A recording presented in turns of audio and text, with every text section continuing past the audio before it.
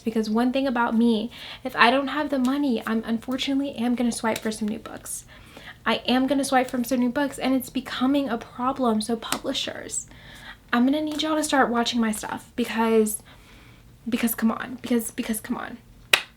I also probably need to be more consistent too, huh? I don't know why. Hi guys, what's up? It's Summer. Welcome or perhaps welcome back to my channel. In today's video, I'm going to be showing you guys kind of like a Pride book haul slash TBR. So I'm super excited. I will be breaking this video up between Sapphic books as well as ACHILLEAN books. And then for the ones that I'm not 100% sure, I'm just going to put those in a section as well, and it will be in the timestamp. So hopefully this makes it a little bit easier, or just for those of you that may be curious as to what is in each book in a way. So I do just want to let you guys know a lot of these books I did get from my library, whether if I had to put in an order and be like, please get this book, or if they already had it. And then some of these books I actually did purchase with my own coin. Thank you guys so much for my recent supporters. I really appreciate it. I love it so much when you guys comment down below. So please make sure to comment down below if I talk about any books that you guys like, or any books that you guys want to get, or any books that you guys have read. Please do make sure to comment down below. I comment back to almost every single comment. If you've commented on my video before and I have not commented back, there's something wrong. Like, did I not see it? Like, what? But yes, it makes me so happy to see you guys commenting. So please do comment down below. Without further ado, let's just go ahead and let's get started. So I'm going to start with Sapphic first. So the first book I have here is a book I actually just recently read, and it's The Lesbians Guide to Catholic School. This book follows Yami, and Yami is was recently outed by her best friend, and so she decides that she can no longer go to that school anymore. So she's doing everything that she can to kind of like avoid that friend, and she creates an entirely different life, and she decides to go to a Catholic school because that's her next best option. So I thought this book was really great. It has really good supportive friends in this group. There's a very great sibling dynamic, and Yami is completely aware of her identity. It's not one of those things where she's in absolute denial. She oftentimes is having conversations with herself and telling herself not to do this or not to do that. So there is a little bit of there is bits of homophobia in this book as well, but I thought that this was a pretty good book in the conversations and again in the relationships that are formed in this book. Next I have Ophelia Ever After, and this is another recent release. This follows Ophelia, and I believe the storyline is pretty much Ophelia has always thought that she's had her life planned out. She's always kind of been the girly girl, but now she begins to form a crush on her classmate whom is a female. And so now she starts to question, do I like girls and guys, or do I just like what is going on? So I do believe this is more of a coming of age book, more so of her finding her identity. So next I have here is Honey and Issues Guide to Fake Dating. So this is about a girl who tells her friends that she's bisexual, and they kind of just mock at her and they don't really believe her sexuality. So in order to kind of prove that she actually is bisexual, she starts fake dating with Issue, and it's one of those stories where they're doing it to get something else out of the other. So I believe Issue needs help as far as popularity, and I think Honey can give that to her, or it could be vice versa, but I do know that they have formed a deal in order for the other to gain what they need from the other one, and I'm hoping to get this book read this month, hopefully. The next one I have here is Black Water Sister, and this follows Jess, and recently her family immigrated here, but a lot of things have happened, so they have had to move in with relatives and they've lost everything, and so now Jess is really just being a big help to her family, but she's being possessed by her grandma, her Ahma, and she really needs her help. But within that, Jess is dealing with the fact that she's gay and she's not out, but she also is in a relationship. Of course, no one knows about it, and so she's just torn between choosing her family or choosing to be in a relationship, and really just choosing her own life or to stay in that relationship, and really just choosing her own life and her own path.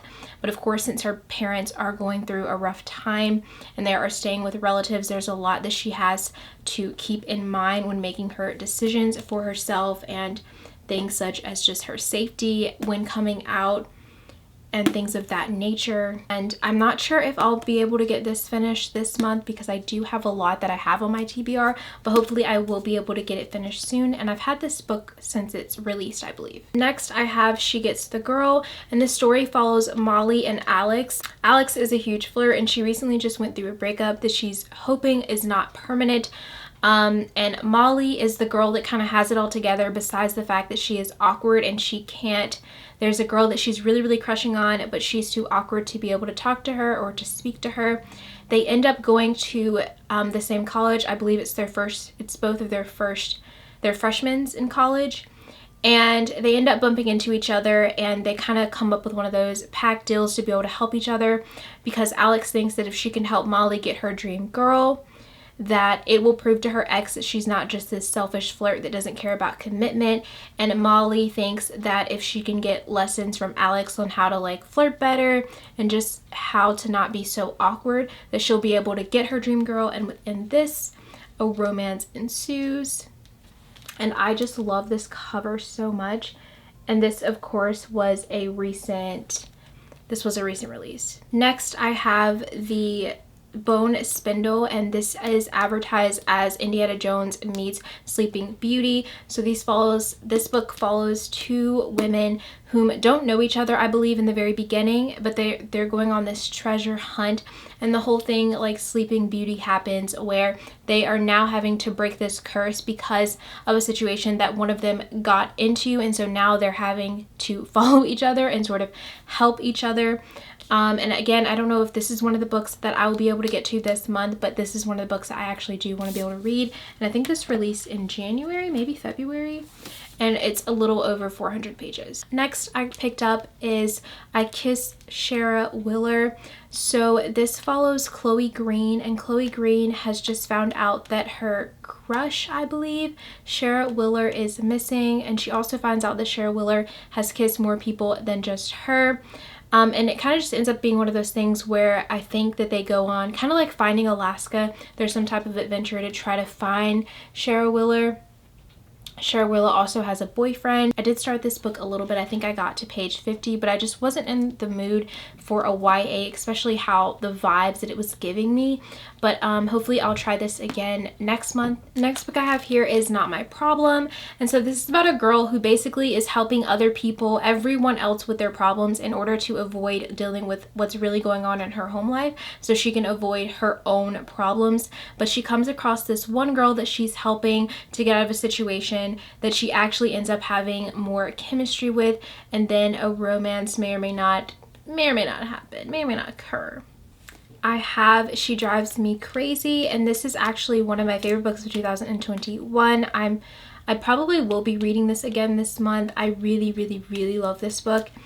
I need to get my own copy because I got this copy from the library, as I did a lot of these books, but this follows Scotty and Irene, and I would do there's so much that I would do for this author to create another book, maybe following Irene going to college and still trying to make a relationship work with Scotty. There's a lot I would do for her to make another book with these two. So basically, Scotty is a basketball player, Irene is a cheerleader, and they come up with this plan in order to be able to benefit each other. Scotty wants more people to start coming to the games, so she makes a deal with Irene that if she starts coming to the games, that she will give her money to pay to fix her car, because there has been a wreck involving these two, and Scotty has the money to help Irene pay for her car, while Irene does not have the funds for that. So sort of for a popularity thing, she wants the girls' basketball team to be more supported, and Irene and the cheerleaders can help with doing so. Scotty also has an ex that she's trying to prove to that she's over, and Irene can also sort of help with that as well. And Irene also has a lot of stuff going on too. It is such a good book. It's so messy, but at the same time it's so cute. I know a lot of people said, I know I heard some types of cons about this book, but overall I thought this book was such an easy, quick read, such a light-hearted, adorable book. Well, not entirely lighthearted, but I thought it was an adorable book. Next I have here is You Should See Me in a Crown. So I know everyone's been talking about this book, but this is actually the first time I've ever picked it up from a library or anything. And this is You Should See Me in a Crown. The story follows Liz, who has this whole plan on how she's going to move on with her life as far as going to college, but she misses out on this opportunity. She doesn't get the scholarship that she needs, but then she remembers that her school prom has a scholarship opportunity, so she decides she's going to go for that, the prom king and queen. And within that, her opponent ends up being a girl that she either has a crush on or she forms a crush with. So I'm really excited to see what this book entails, because I think it's a short, quick read and everyone has been raving about it for so long. So I can't wait to see what the hype is all about. The next book I have, I know everyone and their mama and their aunties and everyone else has been raving about this book, but I actually still have not finished this book, I don't believe. I don't think I finished it. If I finished it, I don't remember it. And it's The Seven Husbands of Evelyn Hugo, and I believe this is in the right section, but this basically follows a famous woman whom has married 7 men, and this reporter named Monica is reporting all of this stuff that's happened to her, and she's getting like the true insight of this woman's life, because everyone else has gotten so many different clips of what's really happened, and she decides, hey, like right now I'm gonna lay it all out on the line. Alright, so now on to the ACHILLEAN books. First book I have here is Finding Joy, and this follows Desta, who has to return back to, I think maybe it's his homeland, maybe it's Ethiopia, where he shares a lot of really bad and hard memories for him. He lost his father there, but I do think there are some positive memories, but for whatever reason, for job purposes or a situation happens and he has to be there for exactly 12 weeks, he ends up running into the other guy who is kind of just trying to get his life together. He's supposed to be working on his doctoral degree, but he's just kind of pushing it back and focusing on other stuff for right now. So the other guy is a Dominican American emergency relief worker, and they end up crossing paths, and within that a romance ensues. And I just thought that the cover was so pretty. It's a little over 200 pages, so it should be a quick read. Next I have here is Everything for You, and this follows 2 professional soccer players, Gavin and Oliver. Oliver is always sunny side up. He's always happy. He's always looking at the positive side of things, while Gavin is not so much. He's kind of grumpy. He's going through a lot of pain. There's also an age gap between the two, I believe. And I think that this book is also like a series, but I think that there's only one with Mel's included. But so anyways, so they kind of have like this hate to love type of romance that happens. I'm not really sure if it's considered hate to love, but I think that's how it's kind of pitched. But this is definitely one of the books that is on my TBR for June. This is midway through 300 pages. Also, I heard that there's really good representation of anxiety for Oliver, and just good conversations about kind of relationships and what people kind of like want in relationships. So yes, I'm really excited to finally get into this, and I think this is a new release as well. I also picked up Nate Plus One. So this follows Nate and Jay, and Nate is a songwriter and sometimes singer, and he just found out that his cousin's having a wedding, but for some reason his ex-boyfriend, which I think was not an easy breakup, is on the guest list, and so now he's all bummed out that he's having to go to this wedding in Africa, and that he has to see his ex-boyfriend there. So then there's also Jay, and Jay actually just found out that his band, the lead singer to his band, just bailed on them during the biggest gig that they had. So of course, Nate and Jay knowing each other or meeting each other, Nate agrees to help Jay out if Jay will help Nate out. So Nate decides that he will ask Jay to go to the wedding since he is now helping Jay with his band. And within that, a romance ensues. I believe that they have already known each other when this book starts, just because of the comments that's here. Save the date when the boy. Also, you come with me to a wedding in South Africa. It's a free trip as a friend, da da da. It's just things sort of like that. I feel like they probably already know each other, which makes me think one of them may have already had a crush on the other. So yeah, and next I picked up 1500 Miles from the Sun, and this book follows Julian, and Julian has this whole plan on how he's going to come out because he feels as though he lives in, or he does live in a community where it's not safe for him to come out right now. I think even in his household he's dealing with homophobia, but he gets very, very drunk one night and he ends up coming out on Twitter, and his crush actually slides into his DMs, and then a romance ensues between there. And I think that they're long distance for a little bit, but then something ends up happening where he's able to move to the dream town, maybe perhaps, because I think the other guy, the Twitter crush, is actually living where he wants to live, where he had it planned out to be able to live. Then, of course, I picked up The Charm Offensive. Everyone has been raving about this book. This follows Dev and Charlie. So Charlie has very, very bad anxiety, and he's trying to kind of fix up his reputation of having panic attacks and anxiety attacks on stage because he is on this reality TV show. So he takes this gig to kind of prove that he's gotten himself together and that he's better now and that he's more fit for work now. I believe that's the extent that it's gotten to.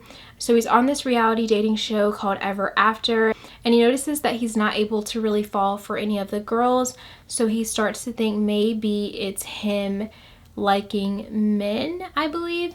And so Dev ends up being Charlie's handler, and he's actually supposed to be the person that is helping Charlie kind of get everything together and kind of get his life together. So through them connecting and being friends and opening up to each other, Charlie starts to realize that he has a better connection with Dev than he has any of the girls that he's had to go on dates with for this show. And so within that, so I'm really, really excited to read this because everyone talks about this book. It's so, so good. I also picked up Docile. And this follows a society that, well, first off, let me just say in the front of the cover it says, can I talk? Sorry. It says there is no consent under capitalism. So clearly this is a story that is talking all about capitalism. This speaks about consent. I think it's a story combined with abuse, power, sex, the unbalances within relationships.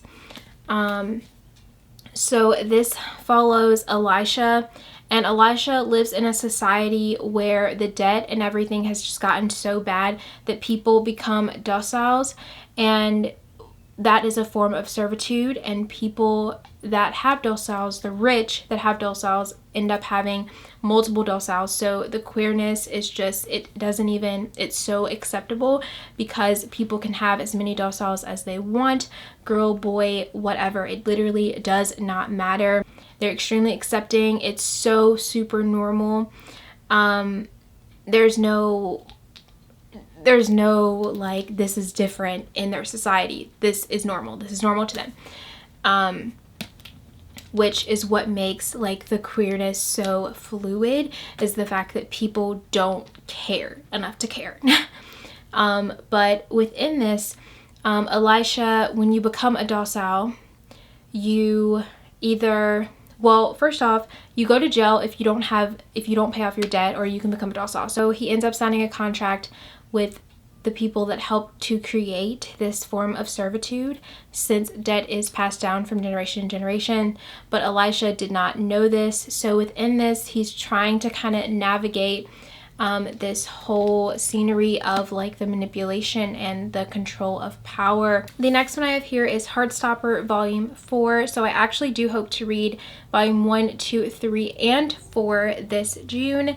This one kind of looks a little bit different than I was expecting for it to. The rest of the books that I have, I think, they have kind of like a a slicker cover type of thing, laminated type of cover thing, but I may have got those from Book Depository. I'm not really sure. But everyone already knows what this is about, I'm pretty sure. I would like to read all 4 of them so that way I can start watching the TV show, which comment down below if you guys have already started watching the TV show, or if you haven't, let me know that as well. The next book that everyone has been raving about that I've never read before is the boyfriend material, and husband material is coming out soon, so I really do hope to get this finished this month. So this story follows Luke and Oliver, I believe, and Luke's family is famous, and so he was used to kind of being in the fame, and then he got taken out of the fame, and now he's back into the fame, and basically he's kind of ruined his reputation. So he kind of needs some type of fake dating to kind of make his reputation better and make the spotlight look better. And so Oliver comes in to kind of help clean up his reputation because Oliver has his life together. And so I think it ends up being one of those things where they're 2 totally different people, but that ends up making it click. Then I picked up Conventionally Yours. I believe this is a story about enemies to lovers, and this is also kind of like a road trip type of story. So these 2 guys have been enemies for a really long time, and they end up taking a road trip together with some mutual friends, I believe. And throughout this road trip, they end up finding out that they have more in common than they thought. Next up, we have The Taking of Jake Livingston. Now, trigger warning, trigger warning, trigger warning, trigger warnings, I know. But so this follows Jake, whom is a medium, and he's hearing ghosts all the time, all the time, all the time. He's also gay, and he's black, and he's going to a private school with racist teachers. So, and he ends up being kind of captured. This one ghost will not let him go, and this is one of the ghosts that has killed and shot up a school. So again, massive trigger warnings for that. But within this story, I think it does discuss a good bit of Jake's identity and how he identifies and things that he has been going through because of his sexuality and because of people in his life that have let him down and not showed up for him. And I got this book when it first released, but I still have not read it. I feel like it's going to be a heavy hitter, so I'm not sure if I'll be able to read this in June. But I do hope to soon be able to read this. All right, so now I'm going to go into the section where I'm not 100% sure what's being displayed in these books, but we're going to find out. So I know we have Loveless here, and this deals with asexuality, and I'm very excited to be able to read this because I've watched so many videos on people talking about how they felt so seen when they read this book. So this is about a girl named Georgia, and I think she's starting off school and she's never been kissed before, she's never had love before, and so she starts to think that maybe there's something wrong with her and why can't she be normal and experience love like other people, until she really starts to dive into who she really is, realizing that she is asexual. Then I have The Deep, and this author, they wrote a story, a short story basically talking about, or maybe it's considered novella. Okay, basically talking about the collective history of the pain, and the relative that is having to deal with this pain is kind of wanting to just explore life, and within exploring life, I believe they find a relationship. Then I picked up Exciting Times, and Exciting Times is about this woman who moves to teach. I forgot exactly where she moves to teach, but she completely does not have anything figured out in her life. Like, nothing is together. She's in this love triangle, and everything is not what it seems. On some Wizardly Waverly Place stuff, everything is not what it seems for her.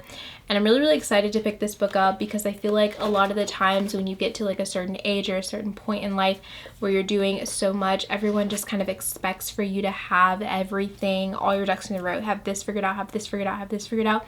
And the reality of that is that even people that are in certain positions in life don't even have lots of things figured out that you would expect. From the outside it seems like it, but there's still stuff that goes on in their life that they don't have exactly figured out. So next I picked up Pet, and this book follows Jam. Jam meets a pet that comes out of one of their mother's painting, and this pet tells them that there is a such thing as monsters. And it's one of those things, I believe, where what do you believe when you've been taught something your whole life that isn't really true? And I think it ends up being one of these adventures. The only cons that I've ever heard about this book truly is that this book isn't long enough. And I've heard people rave and rave and rave about it, but I've just now decided to pick it up. So I'm super, super excited. Along with that, I also picked up the second one, which is Bitter. And Bitter follows the mother, I believe, and her life experience before having Jam. And these covers both are just beautiful.